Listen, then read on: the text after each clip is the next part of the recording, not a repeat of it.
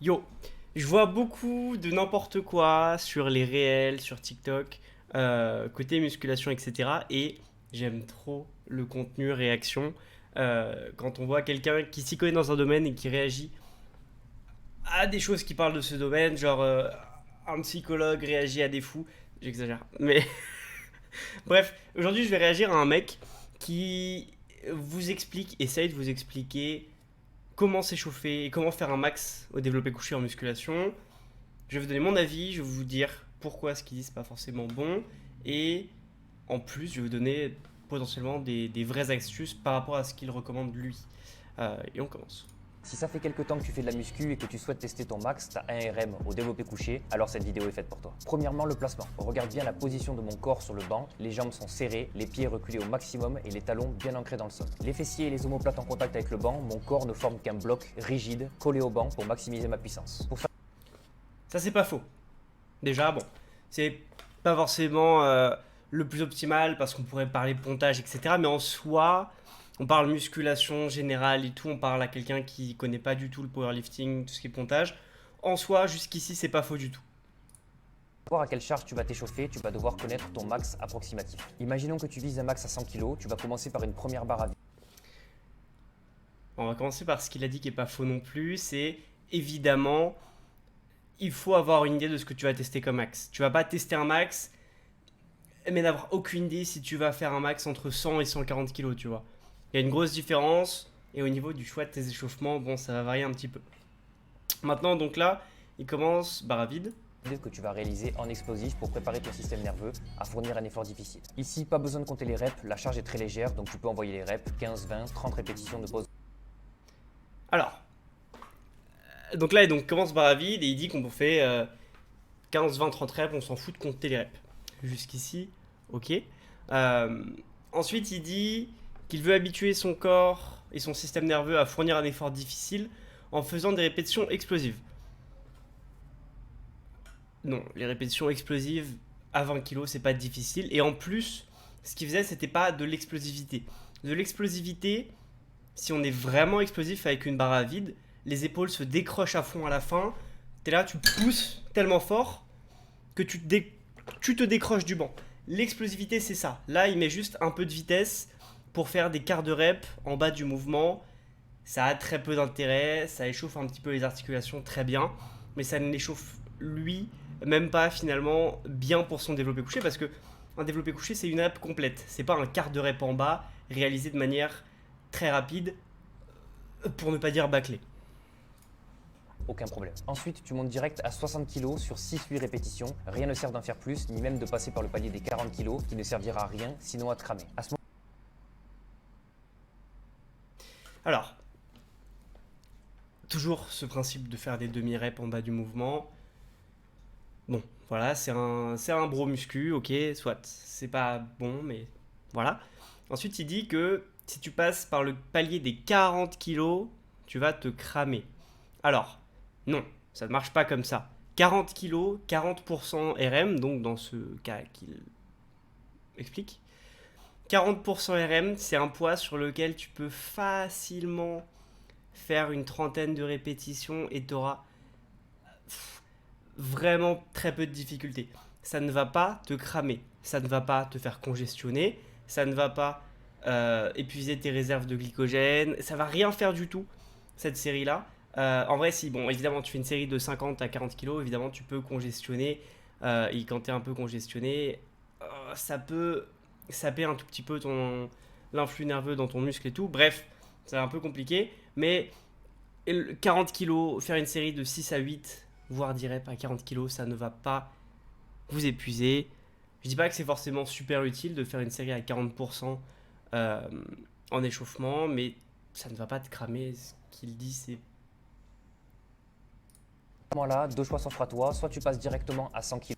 Et donc là, il dit, la première, enfin une dinguerie, euh, tu peux faire 60 kilos à 100 kilos. 600 kilos, c'est ton max. Est-ce que vous vous rendez compte? Donc il a fait 20% RM, petite série, bâclé, très bâclé, parce que des quarts de rep en bas, super rapide et tout, bref. Une série à 60% RM, pareil, relativement bâclé, mais déjà un petit peu moins. Et après, directement 100% RM. 20, 60, 100%. C'est lunaire. Vraiment, je ne sais pas si tout le monde qui voit ça se rend compte à quel point c'est lunaire. Euh, c'est comme si pour faire 200 kilos, tu faisais 40, 120, 200. Non, non, non, tu ne peux pas. Ce n'est pas une option. Ce qu'il propose là, ce n'est pas une option. Là, il parle donc juste après. Soit tu fais un palier intermédiaire à 80 kg où tu vas venir réaliser 1 ou 2 répétitions, toujours en contrôlant la phase excentrique mais avec une phase concentrique. Donc là déjà, ok, il fait des reps complètes enfin et il propose donc un palier à 80%, ce qui n'est pas une proposition, ce qui est une obligation. Voilà, tu ne peux pas passer de 60 à 100% de ton max, c'est pas possible, c'est juste pas possible. La plus explosive possible. Voilà comment on prépare un max, ça ne sert à rien de se cramer à faire 10 répétitions à 40 kg. 10 répétitions à 40% de ton max, tu ne te crameras jamais, je répète. 10 reps à 60, 6 reps à 80.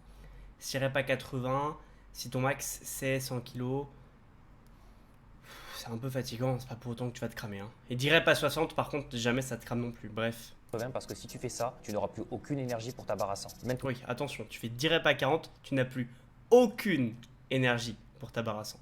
Non, si tu échoues ta barre à 100 kg mais que tu veux faire une deuxième tentative, alors prends 5 bonnes minutes de repos et retente une deuxième fois. Et c'est ça lors de ta prochaine séance PEC, tu m'en diras des nouvelles. Alors, bon, si tu rates ta barre et que tu retentes, ok, bref, pourquoi pas. Maintenant que je vous ai expliqué plus ou moins pourquoi ce qu'il recommandait, c'était un peu n'importe quoi, je vais expliquer quelque chose de beaucoup plus cohérent. Toujours dans cet exemple des 100 kg, parce que c'est assez direct en fait niveau pourcentage.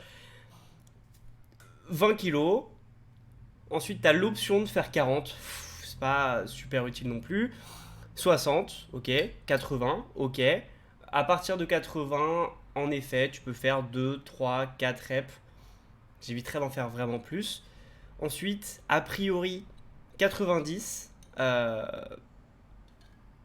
Voilà, tu fais une rep, je pense, c'est pas mal à 90.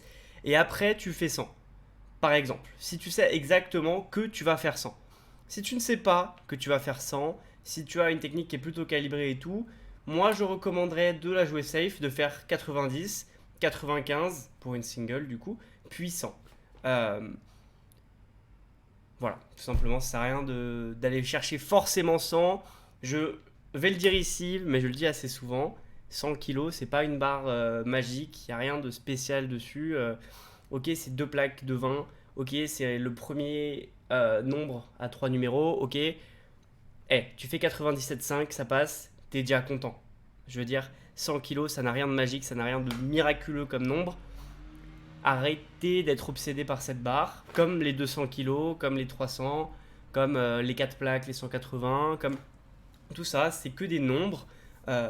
Réaliser 97,5, réaliser 177,5, donc juste en dessous de 4 plaques, faire 197,5 sur un max au lieu de 200 et tout, ça n'a rien de mal du tout. Et se fixer des chiffres comme ça, un petit peu magiques entre guillemets, avec des paliers qui sont purement arbitraires, à mon avis, c'est souvent quelque chose qui peut causer un petit blocage psychologique. En tout cas, ça a été mon cas pendant des années, pour la petite histoire, voilà.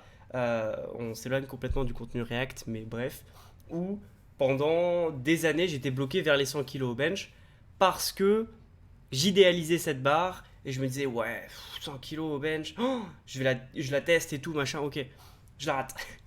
Ok, un mois après, j'y retourne et je me dis, putain, c'est une grosse barre, allez, 100 kg, je la retente, je la rate. Alors que je me focalisais pas sur les intermédiaires, donc les 95, les 97,5, puis les 100. Et une fois que j'ai passé les 100, pareil, je suis resté bloqué assez longtemps parce que dépasser 100 kg, ça me paraissait un petit peu fou. Et les 100 kg continuaient d'être un petit blocage mental, etc. Bref, je suis pas fan de ça. Donc, soyez fiers de tous vos paliers que vous passez. Évidemment, là, c'est complètement hors sujet par rapport à ça. Mais voilà.